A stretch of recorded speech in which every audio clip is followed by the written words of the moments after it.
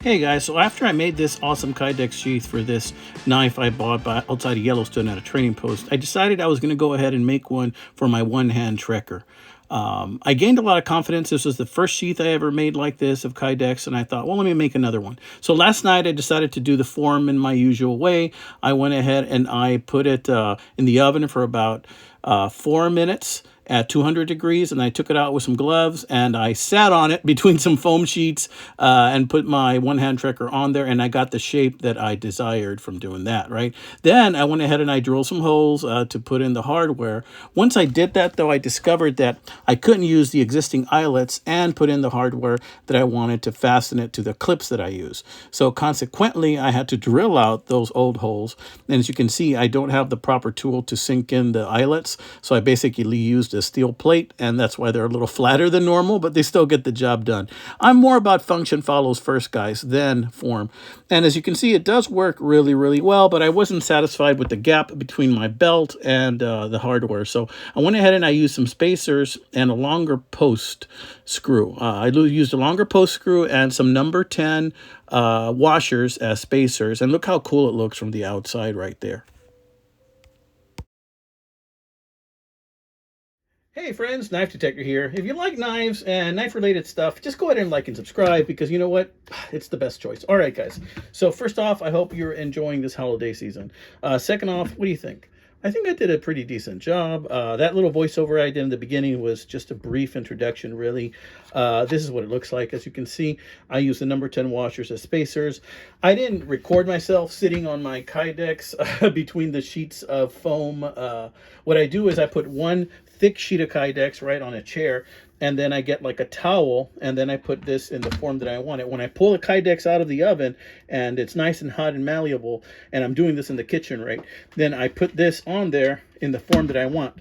The sheet, and then I put the knife and the flashlight, and then I fold over, right, and then I close the towel, and then I put another sheet of foam, a thick sheet of foam that I got from packing material, and then I sit on it on the chair for about 10 minutes to get this form. Then after that, of course, I use a grinder and I grind out the edges just like that to get the form that I want. Then I drill out the holes. I had bought some hardware on eBay for these eyelets, but like I said in the video, I don't have that little tool. It's like a little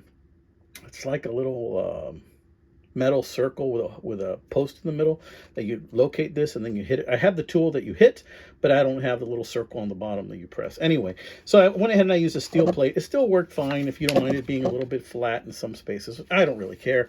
And then I went ahead and I had bought some of these clips on eBay. I have some knives that have a lot of these, so I have a lot of these lying around. And I went ahead and I used these longer posts that I had bought at Home Depot or Lowe's because the existing posts that I used were just a little too short, and it caused this to curve out and stick out. So that means when I wore it, it kind of stuck out like a couple of inches like that far. I didn't want that. So I went ahead and I evened it out with some number 10 washers as spacers, and of course the rubber one that it comes to the little kit you bought, and then that I bought. And then after that, well, I'm good to go. Right now, it's more or less horizontal the way it's supposed to be. I really like it. I think I did a great job, and this is my second Kydex sheath ever. So big congratulations to me. Guys, if I can do it, you can do it too. I sourced all the materials on eBay, and I got these post screws at Lowe's. Some people call them barrel screws, but I got them at Lowe's or Home Depot. And I think that it's a really fun way to carry your EDC. This is just a quick one that I did with a one-hand trekker. So let's check that retention, right? So let's pull this out. Good retention. This is an old OHT that I have, right? It's a little long in the tooth, so I had to sharpen it last night to get it back to where it has some semblance of sharpness on there because it was really dull. But yeah, you know, I love this knife. Listen to that.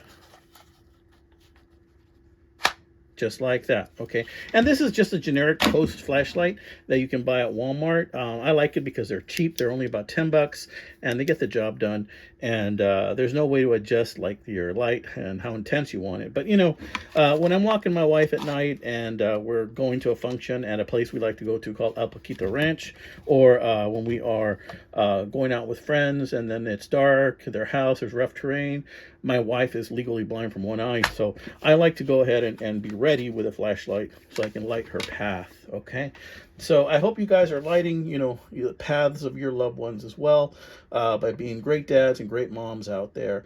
But check it out. This is what I did. Boom. Not bad, right? I like it. Let me know what you think.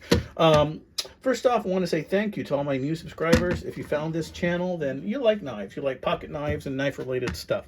Every once in a while, I do a DIY. This wasn't a full-blown DIY where I did everything. But if you're into DIY videos, I have a playlist for that. All right, amigos and friends. God bless you. You have a wonderful, wonderful week ahead. Y'all take care now. You hear?